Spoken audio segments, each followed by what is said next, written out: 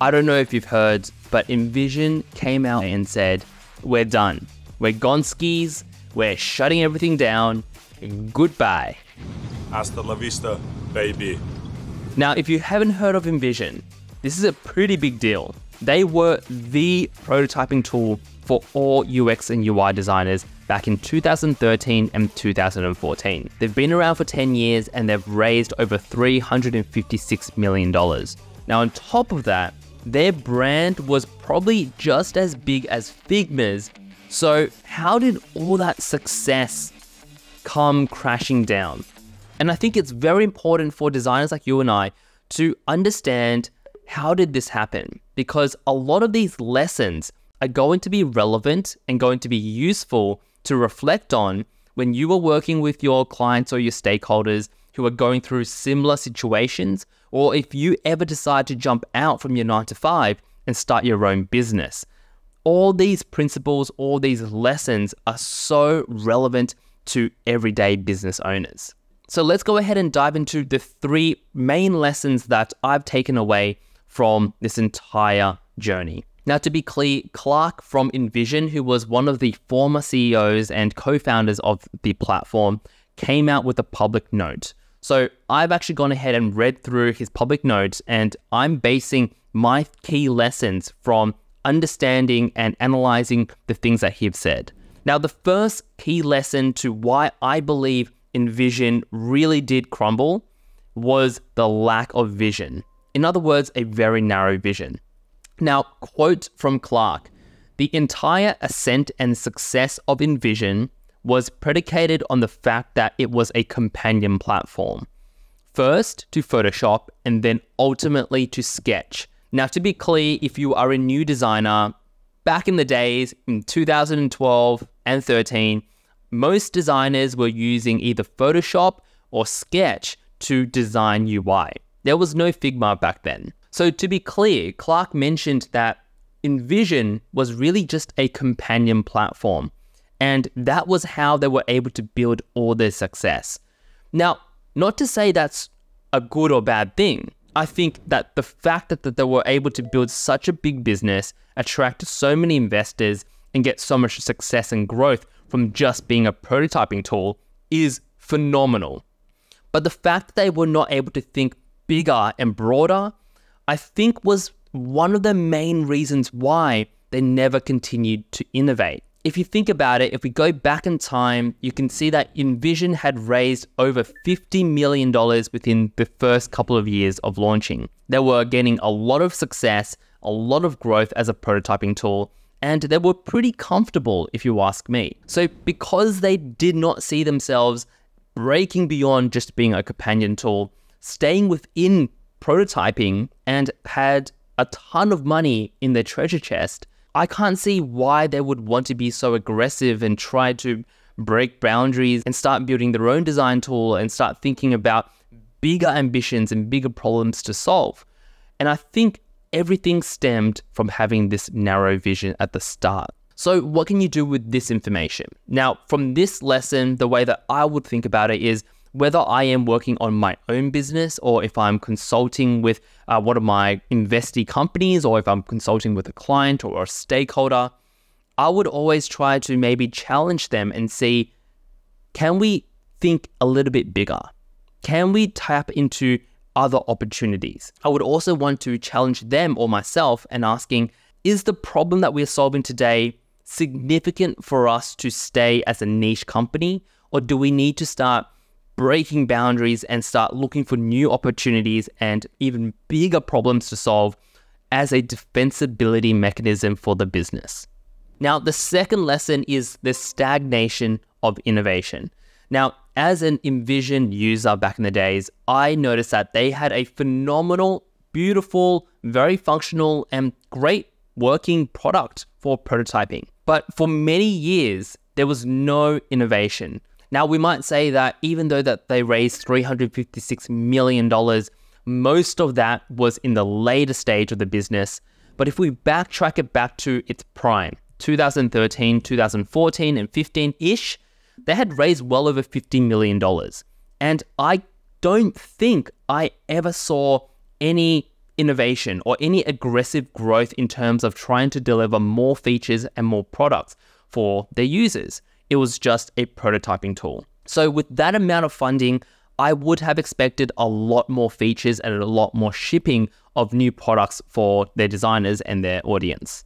Now, to be clear, Clark did mention they did build out a team to experiment with different things and even try to design a new design tool. But in quotes, he mentioned, at the outset, we weren't really in a rush as the threat factor on this design tool front, dominated by our friends at Sketch, was relatively low. Which really means that because they had a decent relationship with Sketch, because they were their companion platform, they saw that Sketch had dominated the market already. There was no one who was coming close to Sketch, not even XD when XD had launched. So they didn't feel like that they needed to push the boundaries and launch their own design tool because the number one tool was heavily integrated into InVision already. So what can we do with this information or this lesson as a designer? Now, day to day, whether you are thinking about building your own business, you are working on a project, or you are consulting with your stakeholders or your client, I think it's always advantageous to have an aggressive mindset when it comes to innovation.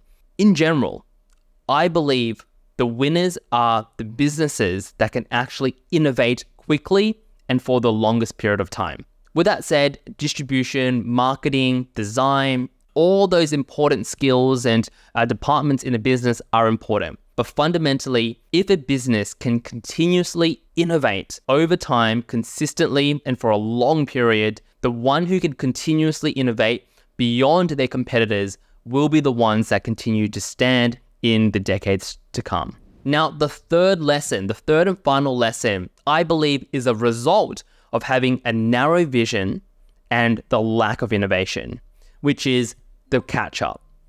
InVision was playing catch-up the entire time. Yes, they found a lot of success in the early days, but because they did not have a strong vision of where they wanted to take their business beyond just prototyping, led to the fact that they stopped and slowed down their innovation. And in 2018, they wrapped up a new funding round for $100 million. But they had no idea what was just about to come around the corner. Figma had just started to gain mainstream traction in 2018. And that is 6 years. After 6 years of working in stealth, trying to crack the code for live collaboration in the online space. They were probably one of the very first companies, online companies, to do this. And not just that, if you've heard of Miro, they are also an online collaboration whiteboarding tool. They've been around for over 10 years. So by 2018, they had nearly hit their 10th anniversary.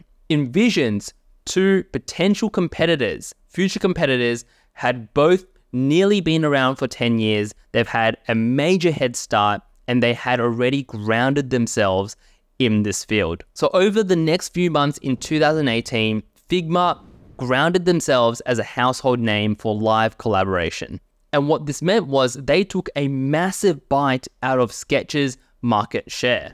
And Miro simply has nearly been around for 10 years. So they've got a massive head start over anyone else. So in that year, in 2018, InVision decided to invest heavily in launching InVision Studio, which was pretty much their version of Figma in defensibility to try capture as much market share from Sketch and Figma so they can maintain their own business. And then in 2020, InVision decided to launch Freehand, which was really FigJam and also Miro's competitor.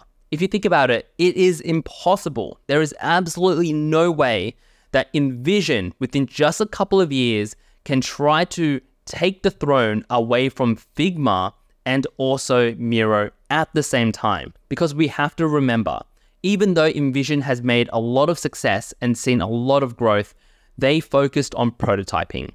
So when they decided to transition and pivot into building out Freehand and also Studio, which is their Figma, they are starting from scratch. And Figma and Miro have been consistently building and solving in stealth and in the background So there is no way for InVision to actually catch up. Now, these are just 3 very high-level lessons that I was able to take away from reading between the lines of what Clark had to mention in his public note. Now, once again, it's so easy to analyze these events and these situations in retrospect. But it does not mean that we shouldn't try to understand and read between the lines of what actually happened to these types of businesses. Because as I mentioned before, these lessons can be so advantageous and so useful for you as a designer, whether you want to start your own business or whether you are consulting with a client. These are the conversations that you should be having. Even though Figma, designing UI, design systems, and all that is really important, but fundamentally having meaningful conversations around these topics is what will help you separate you from the average designer. Now, if you enjoyed this video, make sure to gently smash that like button. Let me know in the comments below as well so I can make more of these. And with that said, I will see you in another video very soon.